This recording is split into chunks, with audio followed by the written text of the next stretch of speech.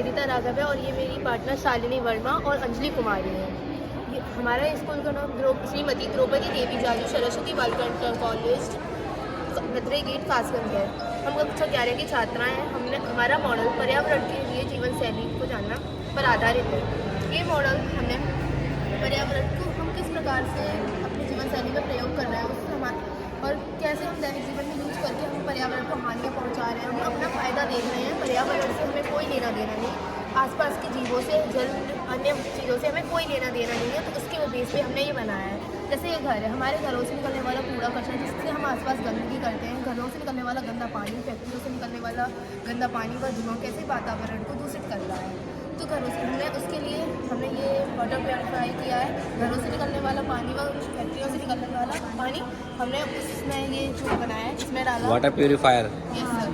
तो वो पानी प्योरीफाई होकर नदियों में जाएगा, जिससे कि नदियों में रहने वाले जलीय जीवों को कोई हानि ना हो। गंदे पानी से जलीय जीवों को हानि होती है और जल प्रदूषण होता है। प्लास्टिक भी जाती है साथ में रहती है तो वो ऊपर ही रह जाएगी, कचरा वगैरह होगा वो ऊपर ही रह जाएगा। साथ ही ये धुएँ में फैक्ट्रियों की चिपड़ियाँ हमने बड़ी बड़ी की हैं जिसमें छन्नी लगी जिससे धुआं छन छन के जाएगा। जो फैक्ट्रियों में चीज़ें बनती हैं जिससे जो विषैली होती है छन जाएंगी और वातावरण को दूषित नहीं करेंगे और वो दिखेंगे भी नहीं। और साथ ही फिर हमारे जो घरों से निकलने वाला कचरा होता है हम जिसे आसपास डालते हैं उससे हमें मेनली दो ज़्यादा प्रॉब्लम होती है, जिससे स्वास्थ्य बिगड़ता है और फिर आसपास की गंदगी भी। तो हम स्वास्थ्य इसके लिए हम कचरे को सही से प्रबंधन करेंगे, ये प्रॉब्लम हम सॉल्व कर सकते हैं। जैसे कचरा प्रबंधन हमने किया तो उसके लिए हमने डस्टबिन बनाए। डस्टबिन में एक में अपघटित होने वाला कचरा, एक में ना अपघटित होने वाला कचरा डाले। लोग करते हैं तो क्या करते हैं साथ ही साथ कचरा डाल देते हैं, इधर उधर गंदगी फेंक देते हैं। तो हम कचरा प्रबंधन करके कचरे को अलग अलग डालेंगे। अपघटित होने वाले कचरे को हमने जैविक खाद इसमें बदल दिया। अपघटित होने वाले कचरे को हमने बायोगैस बनाई है। इसको हमने इस कंटेनर को सील कर दिया, फिर ये गैस बनकर इसमें गई, उसको हम अपने घर में ईंधन के रूप में प्रयोग कर लेंगे। और इससे जो स्लरी बचेगी उसे हम खाद के रूप में खेतों में प्रयोग कर सकते हैं। साथ ही फिर हमने जो ना अपघटित होने वाला कचरा है अब उसका हम प्लास्टिक ऐसी चीज़ है जिसे हम बैन तो नहीं कर सकते क्योंकि थोड़ा थोड़ा सभी यूज़ करते हैं। हम जहाँ तक हो सकता है प्लास्टिक का कम यूज़ कर सकते हैं। तो प्लास्टिक का कम यूज़ करेंगे और कुछ चीज़ें ऐसी हैं जिनमें प्लास्टिक यूज़ हो रही है तो उनको हम निस्तारण करेंगे। उसका निस्तारण हम कुछ दो तरह से हमने किया है। वो ऐसे जैसे प्लास्टिक की हमने ईंट बनाई, इस ईंट को हम सड़क बनाने में प्रयोग कर सकते हैं। ये काफ़ी हल्की व सस्ती भी और इको फ्रेंडली है।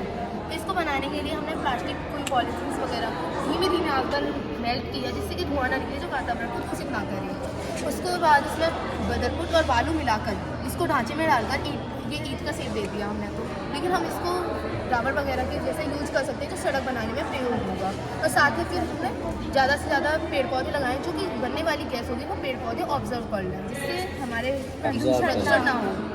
इसके बाद हमने ये प्लास्टिक से पेट्रोल बनाई है। हमने एक कंटेनर लिया, उसमें प्लास्टिक अच्छे से भर ली काफ़ी सील, फिर उसे सील कर दिया और एक होल कर दिया जो कि पाइप लगाया है जो इस छोटे कंटेनर में जाएगी।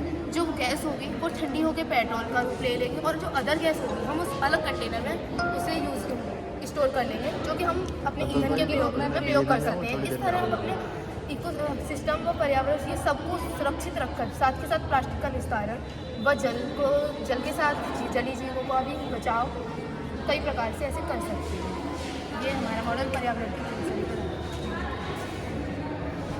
ये आप